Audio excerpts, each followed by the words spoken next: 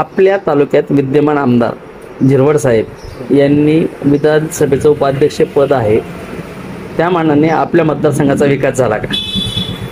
विकास झाला का नाही? विकास झाल्यासारखा झालाय. बरं, विकास झालेला आहे. शरद पवार साहेबांवरती झिरवड साहेबांचं खूप प्रेम होतं. हो.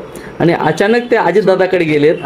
आता विधानसभेच्या याच्या वरती परत ते इकडे येतील का पवार साहेबांकडे? त्यांचा अंदाज नाही यायला पाहिजे, पण ते सांगू शकत नाही एवढं. बर, आपल्या मतदारसंघामध्ये 3 आमदार होऊन गेलेत. माजी आमदार चारोस्कर, माजी आमदार धनराज महाले आणि विद्यमान आमदार आपले झिरवड साहेब. आता हे 3 आहेत आणि अन्य एक आहे कोणी पण. तुम्ही पसंती कोणाला द्या? कोण कोण आहे?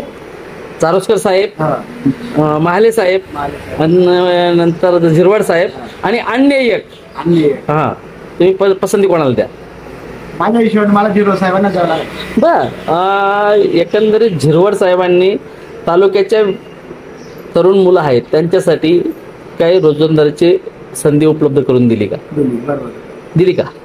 काही ना दिली, काही ना, म्हणजे थोडी कमी प्रमाणात दिली गेली.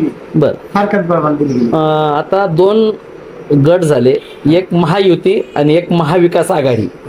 महाविकास आघाडीमध्ये उभाटा गट आहे, शरद पवार गट आहे आणि सर्व पक्षी आहेत.